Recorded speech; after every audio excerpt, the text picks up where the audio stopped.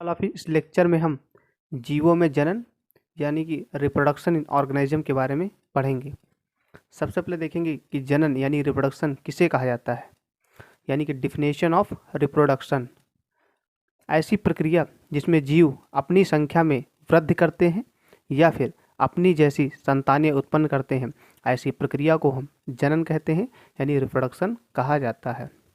जनन की जो प्रक्रिया होती है संसार में जीवों के अस्तित्व को बनाए रखने के लिए महत्वपूर्ण भूमिका निभाती है।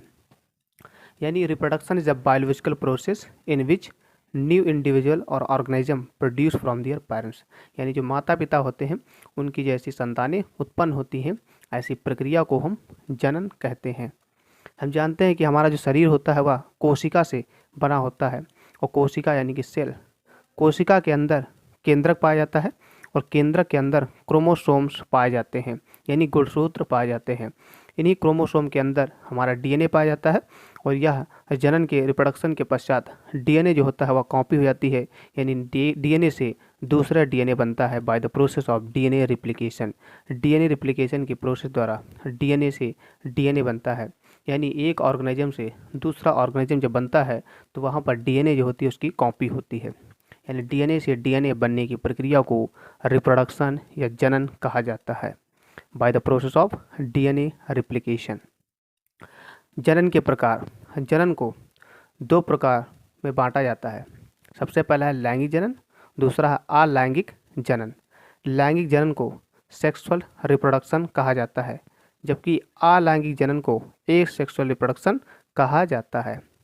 लैंगिक जनन में दो जीव पार्टिसिपेट करते हैं, यानी जनन की ऐसी विधि जिसमें दो जीव भाग लेते हैं, ऐसी विधि को हम लैंगिक जनन या सेक्सुअल रिप्रोडक्शन कहते हैं। यानी टू ऑर्गेनिज्म आर पार्टिसिपेट, में दो ऑर्गेनिज्म पार्टिसिपेट करते हैं। कौन कौन सा? मेल और फीमेल, यानी कि नर और मादा। नर से मेल गैमीट बनता है यानी कि नर युग्मक, मादा से फीमेल गैमीट यानी कि मादा युग्मक बनता है। दोनों के आपस में मिलने की प्रक्रिया को निषेचन यानी कि फर्टिलाइजेशन कहा जाता है, यानी कि fusion of male and female gamete is called fertilisation. Fertilisation के बाद जो होता है दो डीएनए आपस में मिक्स हो चुके हैं, यानी एन और एन से 2n का फॉर्मेशन होता है, जिसे हम युग्मनज या इंग्लिश में जाइगोट कहते हैं।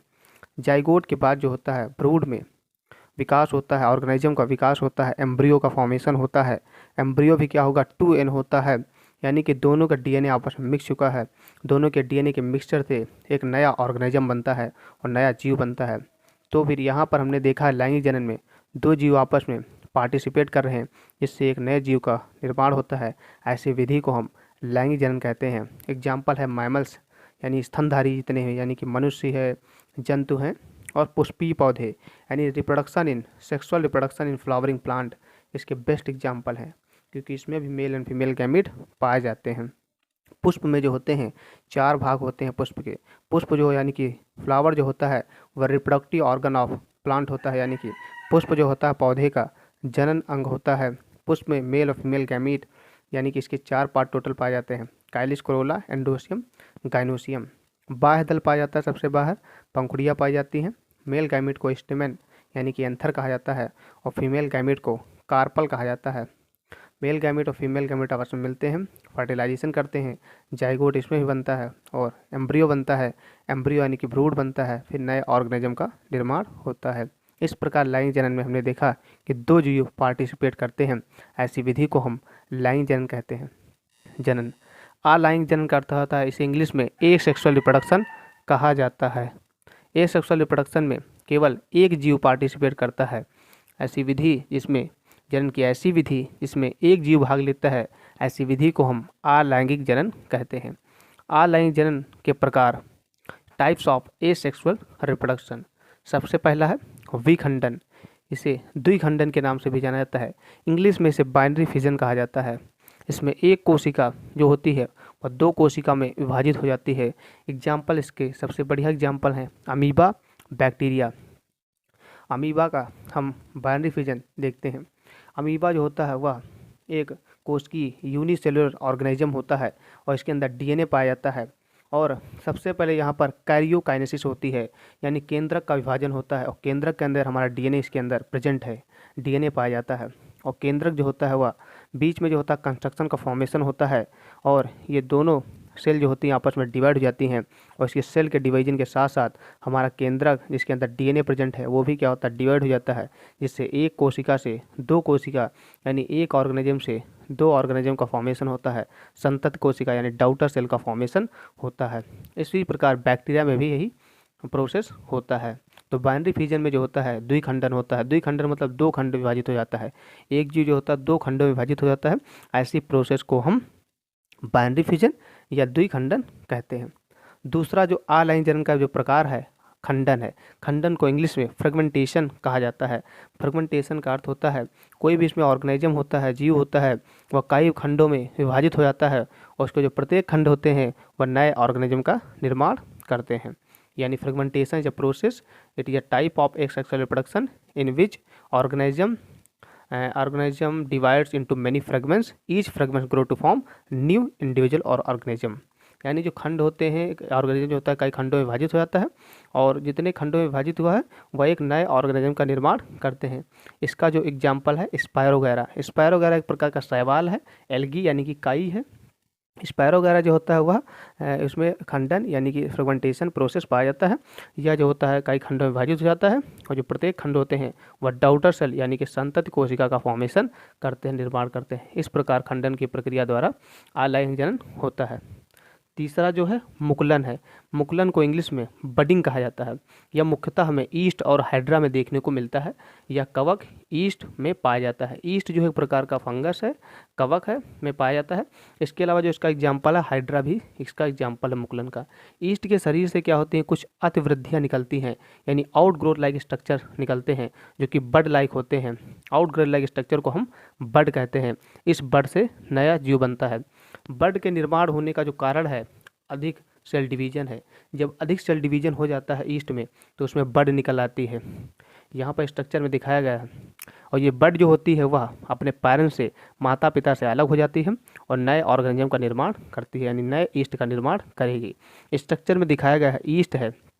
ईस्ट भी जो होती है यूनिसेलर या एक कोश की ऑर्गेनिज्म होता है या कवक होता है। ईस्ट से क्या होता है अधिक जब इसमें सेल डिवीजन या कोश का विभाजन हो जाता है तो इससे बड यानी अतिवृद्धियाँ निकलती हैं किनारे से। ये आकार में थोड़ा बड़ी हो जाती हैं, आगे जाके ये अपने माता पिता से अलग हो जाती हैं और नए ऑर्गेनिज्म का निर्माण करती हैं। इस प्रकार हमने देखा कि एक ईस्ट जो है वह दो कोशिका में विभाजित हो गई। इस प्रकार मुकुलन की प्रक्रिया द्वारा अलाइन जनन पाया जाता है। चौथा जो अलाइन जनन का जो प्रकार है बीजाणु का बनना यानी स्पोर फॉर्मेशन है। स्पोर के फॉर्मेशन द्वारा भी ऑर्गेनिज्म अलाइन जनन यानी एक सेक्सुअल रिप्रोडक्शन करते हैं।